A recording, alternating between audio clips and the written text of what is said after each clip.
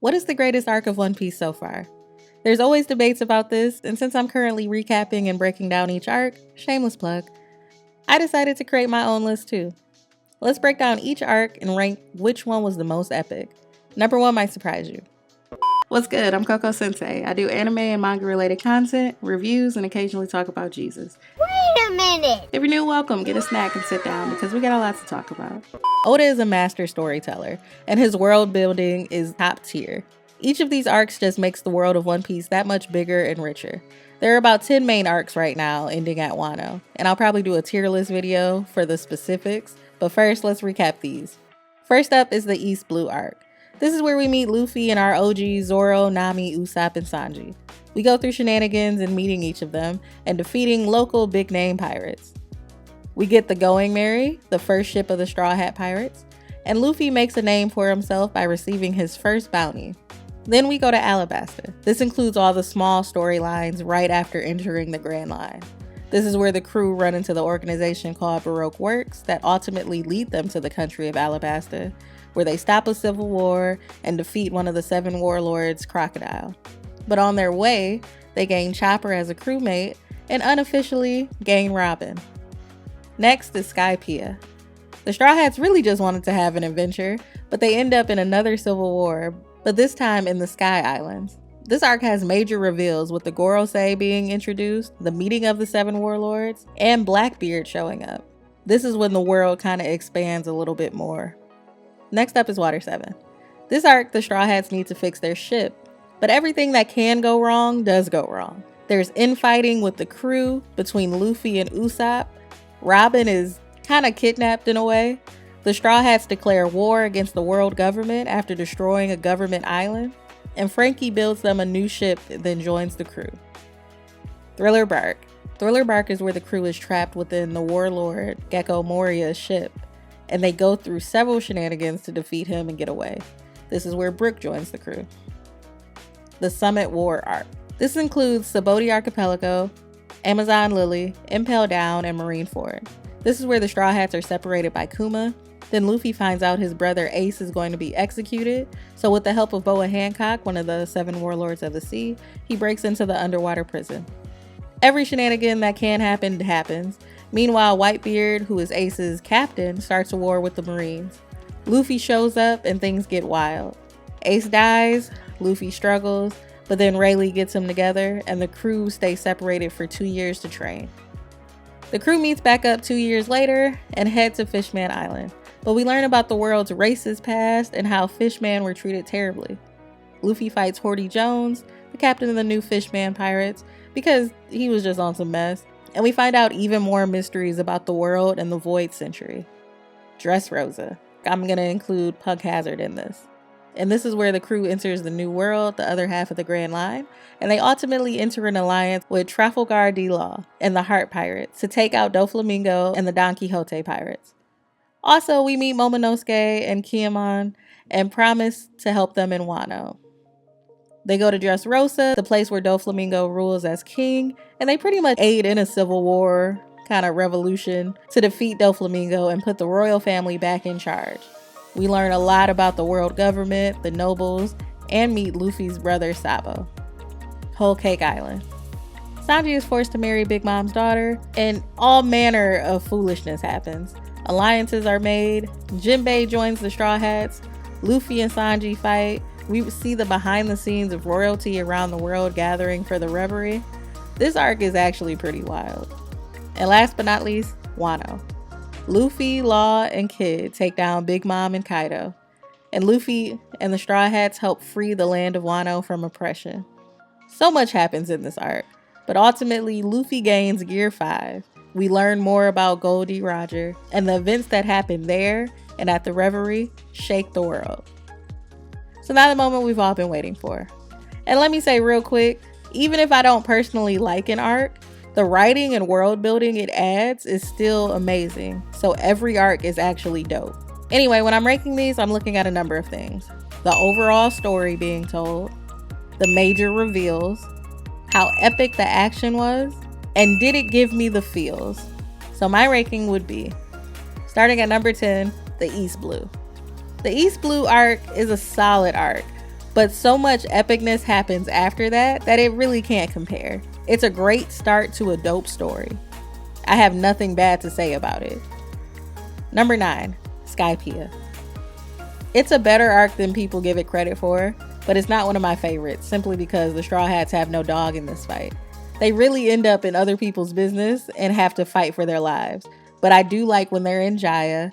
I like the reveals of the Gorosei and the world building that this arc does overall. Number 8, Thriller Bark. Thriller Bark gets a bad rep, but only because it comes after Water 7. Water 7 is so epic that anything coming after it would be hard to follow.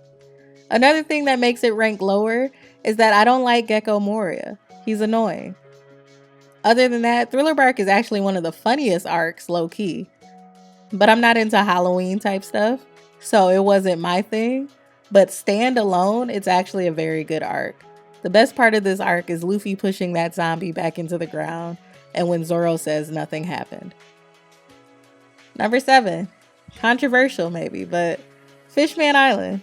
I don't like Fishman Island because I don't like Horty Jones or Vanderdecken. But them returning to Sabaody after the 2-year training falls in this arc. And those couple episodes are great and really funny.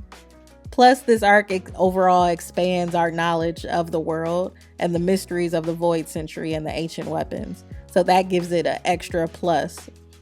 Number 6, Alabasta. It's the first arc in the Grand Line, and it's epic.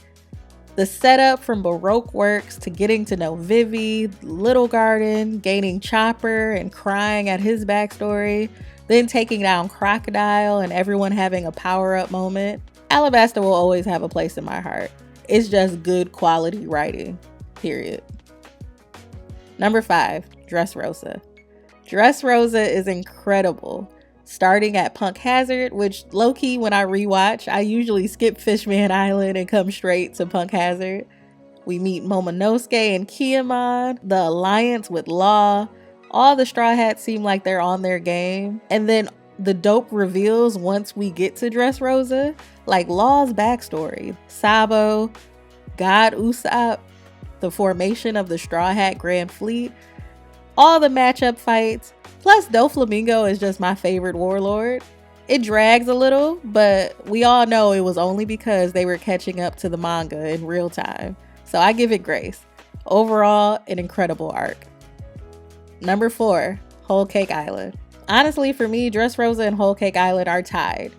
But for the sake of the video, I had to choose. This arc is incredible. There are so many moving pieces leading up to that wedding. The politics are politicking. The utter chaos at the wedding, the alliance with the fire tank pirates, Big Mom's backstory, Sanji's tragic backstory, Luffy's fight with Katakuri. It's an amazing and intriguing arc in every way. You have to pay attention though, because there's so much information coming at you during this arc. Number 3, Wano. I don't care that it's long. People who complain about it being long are not true fans because every second of this arc is beautifully done. Do you hear me? I said what I said! The heartbreak over Odin's story. I still think about this man in that pot. The frustration with Luffy being imprisoned. The utter despair over the oppression that's happening in that country. And the flawless infiltration of Onigashima. All the backstories, all the level ups, the dopest I'm him moment in the series. Wano is a piece of art, period. Number 2, Water 7. This arc is perfection in every way and the ultimate test of friendship, loyalty, and what it means to be a crew. I tear up every time I see Luffy and Usopp fight. I don't care how many times I've seen it. When the crew stands on that tower across from Robin, her backstory, and the reveal of the true mystery of the Void Century, and then when they have to let go of the Going Merry, oh my god, like there's no way you're not fully invested and fully in your feelings this entire arc. Along with the dope reveal of Garp being Luffy's granddad at the end, it's a timeless arc. I can always rewatch it and get right back into it. It's perfect. And finally, number 1, Marineford, or the Summit War arc. Again, I have rewatched this arc several times. It never fails to get me in my feelings. The pure epicness of the whole Impel Down jailbreak itself. Bone Clay becoming the true MVP of One Piece, period. Then we get to Marineford with the best of the best and ultimately save Ace, only for him to die in Luffy's arms, and that scream that Luffy does. I get chills thinking about it right now. Then learning about Luffy's past and him and Ace losing Sabo, then all of the setup for the crew to train and get stronger. It's literally the ultimate feels. It's, again, a perfect arc. There is absolutely no debate. The Summit War arc is peak One Piece. Drop your rankings in the comments. We're entering the final saga, and if Egghead is any indication, we're going to end with one of the greatest arcs of all time. Oda been doing his thing with this story, and honestly, I'm so happy to have been able to experience this in real time, in my lifetime. That seems intense to say, but the passion I'm sure we all feel for this story is very real. If you want more videos like this, remember to like and subscribe, and turn on that notification bell so you know when I'm dropping that brand new hot shit. I'm Jess, aka Coco Sensei, and I can't wait to see you in my next video. Love you guys.